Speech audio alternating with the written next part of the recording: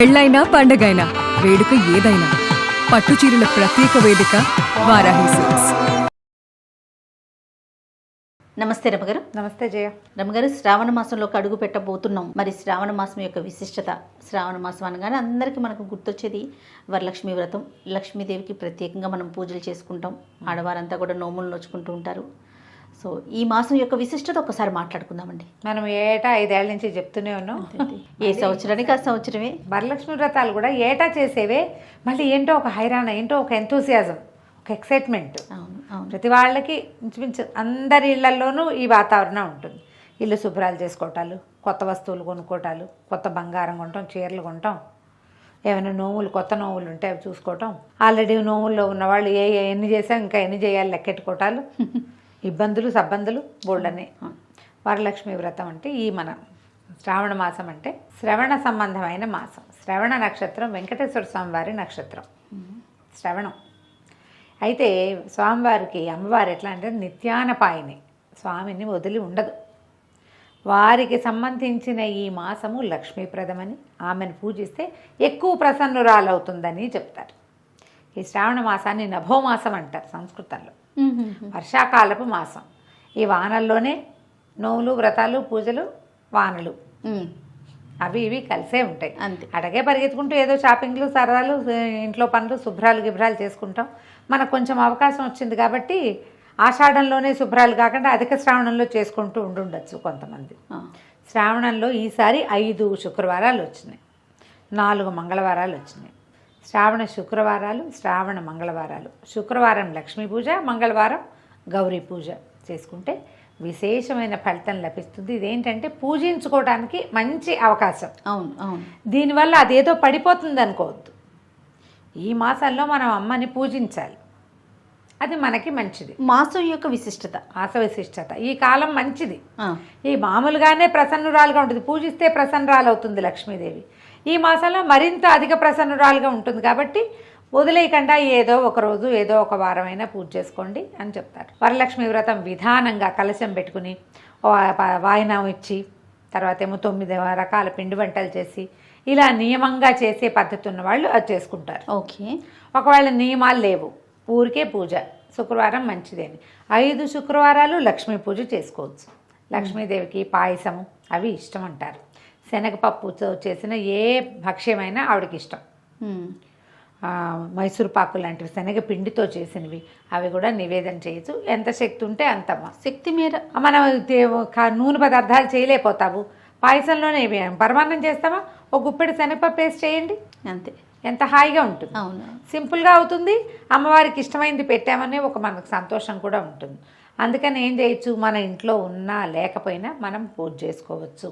Okay. పైగా ఓ సంవత్సరం చేసాం, నిరుడు చేసాం, ఈ సంవత్సరం చేయలేకపోతున్నాం, ఏదైనా కొంప మునిగిపోతుంది, అలా భయపడద్దు. కుదిరితే చేసుకుంటాం, లేకపోతే శ్రద్ధగా ఒక దండం పెట్టు. అపరాధ సహస్రాలు చెప్పుకుంటాం కదా మనం, అంతే కదా. మామూలుగా నిరుడు బాగా చేసుకోగలిగానమ్మా, ఈ సంవత్సరం నేను సేవించలేకపోతున్నా, నమస్కారంతో సరిపెట్టుకోమని ఒక అపరాధం చెప్పుకోవటం, ఓ నమస్కారం చేసుకోవటం. చక్కగా 5 వారాలు చేసుకోవచ్చు. సాధారణంగా మనకి ఏంటంటే రెండవ శుక్రవారం పౌర్ణమి ముందు వచ్చేది వరలక్ష్మి వ్రతం కాబట్టి ఈసారి వరలక్ష్మి వ్రతం అట్లా వస్తుంది. మనకి మిగిలిన 3 వారాలు ఉన్నాయి కదా, జనరల్గా ఏం చెప్తారంటే 3వ వారం మురికి వారం అంటారు. ఎందుకంటారో తెలియజేయ, మా ప్రాంతాల్లో అంటారు. అంటే ఆ వారం పూజ చేయరు, వ్రతం చేసుకోరు, పూజ చేసుకుంటారు. మామూలుగా శుక్రవారం పూజ చేసి వరలక్ష్మి వ్రతం చేయడానికి 3వ వారం పనికిరాదని కొన్ని ప్రాంతాల్లో ఉంది. ఓహో. మా ప్రాంతాల్లో చెప్తారు 3వ వారం మురికి వారం అని. మరి ఎందుకు అలా అంటారో తెలీదు. దాని మీద ఎప్పుడు ఎక్కడ వినలా నేను, మా వాళ్ళే అంటూ ఉంటారు. అదేలేండి అదే. అవకాశం ఉంటే ఇక మొదటి 2 వారాలు కుదరలా, చివరి 2 వారాలు కుదరలా, 3వ వారమే కుదిరింది. ఏమిటి అంతే చేసుకోవడమే. ఇక అంత ఆలోచించడం అసలు అనవసరం అనిపిస్తుంది. అంతే. చివరి వారం కుదిరినా చేసుకోవచ్చు.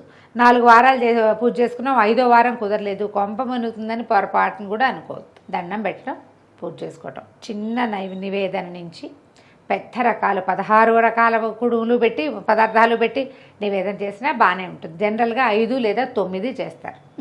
కుదిరితే 5, 2 అంటే మామూలుగా అన్న నివేదనలు 3, నూనెలో వేసేవి 2 చేస్తారు. గారెలు, బూరెలు, పాయసం, పులిహోర, దత్తోజనం, లేదా పొంగలి, పులిహోర, దత్తోజనం, పొంగలి, పులిహోర, బజ్జీలు, అట్లా ఏదైనా అలా చేసుకోవచ్చు. గారెలు బూరెలు ఏంటి ఒక నూనెతోటే మనం లాగించేస్తాం, అట్లా చేయొచ్చు. ఇంకొంతమందికి ఇంకో రకం అలవాటు ఉంటుంది. 9 ఉన్నాయి కదా, బజ్జీలు, తర్వాత పాలకాయలు, తర్వాత పాలపూరీలు, అమ్మవారికి ఇష్టమైన నివేదన పాలపూరీలు అని చెప్తారు. మరి ఆవిడ ఎప్పుడు తిన్నదో వీళ్ళు ఎప్పుడు చూస్తారో తెలియదు, కానీ నేను కూడా అదే అనుకుంటా, శనగపప్పు ఆవిడకి ఇష్టమని ఎందుకు చెప్తారు అని. ఇంక ఏ నైవేద్యమైనా అంతే కదా రమ్మగారు, పలానా స్వామికి పలానాది ఇష్టం, అదే అలా చెప్పేసుకుంటాం, అనేసుకుంటూ ఉంటాం. అందుకని చేసుకుంటాం. మీరు ఎలా కుదిరితే అట్లా చేసుకుని, ఈ శ్రావణ మాసం మనకి 5 వారాలు వచ్చాయి కాబట్టి 5 వారాలు శుభ్రంగా సౌకర్యంగా అవస్థ పడకుండా, ఏ రకమైన కాంప్లికేషన్స్కి లోనైపోకుండా, భయపడకుండా, దీపారాధన మలిగిపోయిందని భయపడ్డం. ఏదో మైలు వస్తుంది రమ్మగారు, 2వ వారం చేసుకోలేకపోతారు, 3వ వారం చేసుకోవచ్చా అనే ప్రశ్న వస్తుంది, లేకపోతే 4వ వారం వరలక్ష్మి వ్రతం చేసుకోవచ్చా అన్న అనుమానం వస్తూ ఉంటుంది. చేసుకోవచ్చు, 4, 5 కూడా చేసుకోవచ్చు. ఏ వారం కుదిరితే ఆ వారం చేసుకోవచ్చు.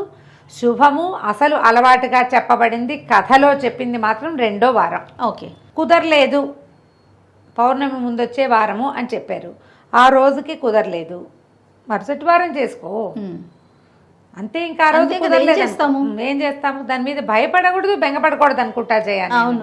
ఒక్కో సంవత్సరం మొత్తానికే కుదరదు మనకి, ఒక్కొక్కళ్ళకి. ఏం చేస్తారు, ఇది చేసే క్రమంలో ఈ నెలలో తులసి మొక్కలు నాటుకోవచ్చా, నాకు వచ్చిన ప్రశ్నలు చెప్పేస్తున్నా నేను. చెప్పండి. తులసి చెట్టు పెట్టుకోవచ్చా అని అడిగారు ఒకరు. శ్రావణ మాసంలో తులసిని నాటచ్చా? లక్షణంగా నాటుకోవచ్చు. అసలు ఆ ప్రశ్న ఎందుకు వచ్చిందంటారు రమ్మగారు? అంటే అట్లా నాటకూడదని ఏమన్నా ఉందా? ఎక్కడో వినో చదివో ఏదో ఎవరైనా అను, అబ్బో అలా పెట్టకూడదు ఇలా తులసి నాటడానికి కూడా ప్రత్యేకమైన దినాలు కావాలన్న ఒక ఇది మరి పూర్వకాలంలో ఉందేమో తెలియదమ్మా. నా మటుకు నేను నమ్మను. తులసి ఒక వృక్షరాజం, ఆరోగ్యదాయిని. మనకి ఏమంటారు, మన ఆధ్యాత్మిక రీత్యా కూడా తులసిని పూజించే వృక్షంగా మనం భావిస్తాం. దేవుడికి దండం పెట్టడానికి ఒక టైం ఏమిటమ్మా, పూజకి ఒక టైం ఉంది అంతే. అదేదో తులసి పూజ పొద్దున్నే చేయి, సాయంత్రాలు కాదండి పొద్దున్న చేయమంటారు. మొక్క నాటడానికి కూడా వాళ్ళు ఎవరో చెప్పారని మీరు కంగారు పడి ప్రశ్నలు వేస్తే ఎలాగా? పెట్టుకోండి, చక్కగా తులసి పూజ చేసుకోవచ్చు, తులసి దగ్గర దీపారాధన చేసుకోవచ్చు, ఇంట్లో పూజ చేసుకోవచ్చు. తులసి ఒకటి.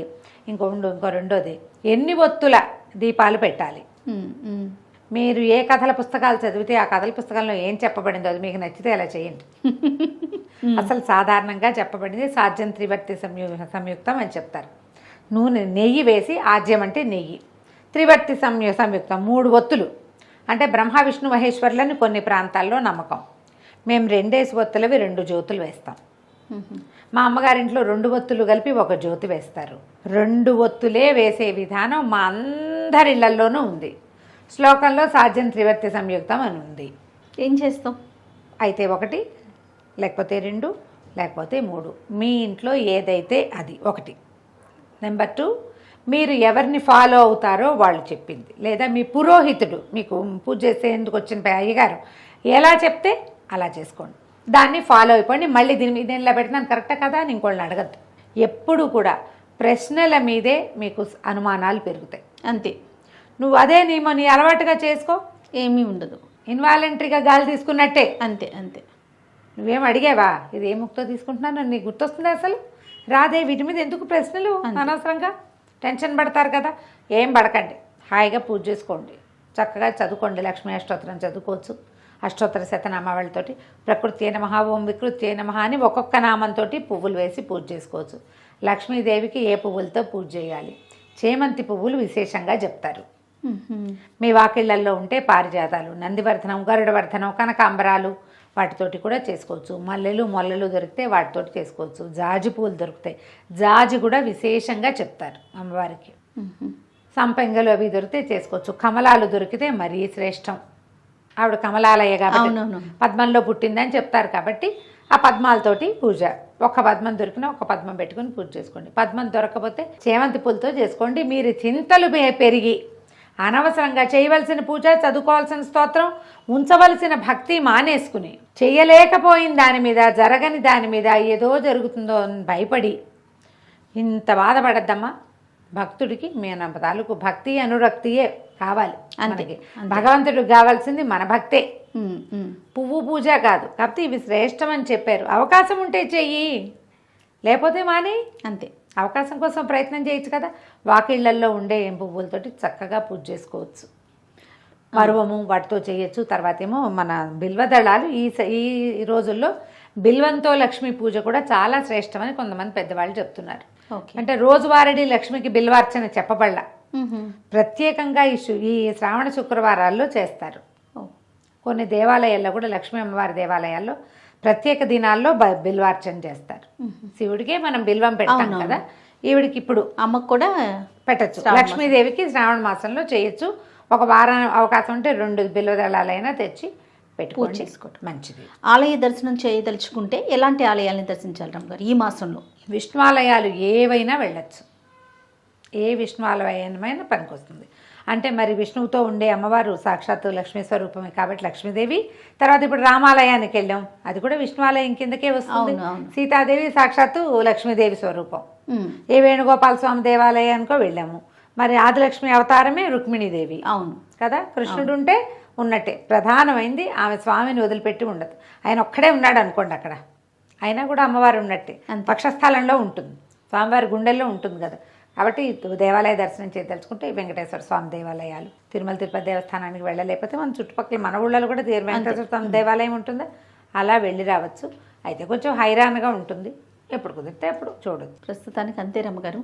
మళ్ళీ ఏమన్నా గుర్తొస్తే ఈ వీడియో చూసినాక మన ప్రేక్షకులకి ఏమన్నా సందేహాలు ఉంటే కనుక నెక్స్ట్ ఇంకొక వీడియోలో వాటిని మనం నివృత్తి చేసే ప్రయత్నం చేద్దాం. సరే, ఓకే అండి, నమస్తే. నమస్తే జీ.